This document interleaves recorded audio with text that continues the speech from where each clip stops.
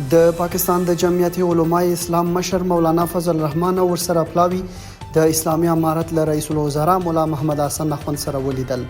په دې مجلس کې چې د افغانستان اسلامي امارت قاضي القضات شیخ الحدیث مولوی عبدالحکیم حقانی، د بهرنیو چارو وزیر مولوی امیر خان متقی، د ارشاد حج او اوقاف وزیر شیخ الحدیث مولوی نور محمد ثاقب او د کابینې ځینو نورو غړو هم ګډون درلود. د پاکستاني علماو له پلاوي سره په بیلابیلو موضوعاتو خبرې وکړې. رئیس الوزرا د پاکستاني علماو پلاوي ته هرکلی ووایه او هیله یې څرګنده کړه چې دغه سفر د دواړو ګاونډیو هیوادونو او ورونو ولسونو ترمنځ د اخوت او مثبتو اړیکو د تقویې سبب وګرځي. رئیس الوزرا وویل افغانستان او پاکستان دوه داسې هیوادونه دي چې په بیلابیلو برخو کې ګڼ مشترکات لري. دغه ولسونه یو له بله بیلتون نه لري. شاید د حکومتونو ترمنځ په مناسباتو کې ستونزې پیښې شي، خو ولسونه او علماو کرام د ګډو ارزښتونو له امله یو له بله نشي بیلېدلی. رئیس الوزرا زیاته کړه د افغانستان اسلامي امارت د پاکستان په شمول هیڅ ګاونډي هیواد ته د ضرر پیښولو او ستونزو جوړولو اراده نه لري او نه هم چاته اجازه ورکوي چې زموږ له خاورې نور تهدید کړي.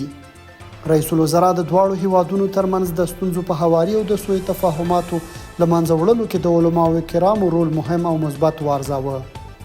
دغه راز هغه یادونه وکړه چې پاکستاني چارواکي د افغان مهاجرینو په وړاندې له ظالمانه رویې باید لاس واخلي، ځکه دغه ډول چلند ستونزې نه حل کوي بلکې یوازې مخالفتونه او بدبینۍ زیاتوي.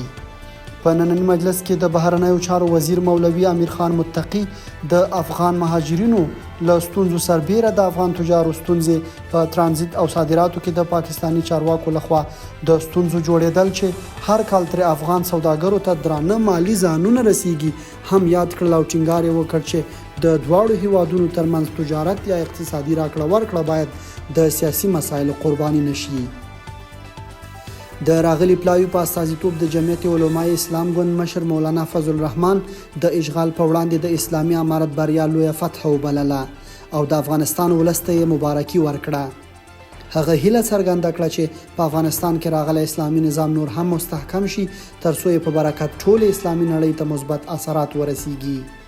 نوموړي وویل افغانستان ته د دوی راتګ هدف دا دی تر څو د دواړو هیوادونو ترمنځ په اړیکو کې سوء تفاهمات له منځه یوسو او د سیاسي اړیکو، اقتصادي، تجارت او د یو بل د پرمختګ په برخه کې د همکارۍ لارې چارې ولټوي. مولانا فضل الرحمن وویل جمعیت علماء اسلام ګوند د افغان مهاجرینو په وړاندې د پاکستان د واکمنو د چلند په وړاندې د اعتراض غږ پورته کړی او دا ډول چلند ناسم او د دواړو هیوادونو ترمنځ د ستونزو لامل بولي. هغه وایي دوی دلته د خیرخواهۍ پیغام راوړی او هیله یې وښوده چې دغه سفر به مثبتې پایلې ولري.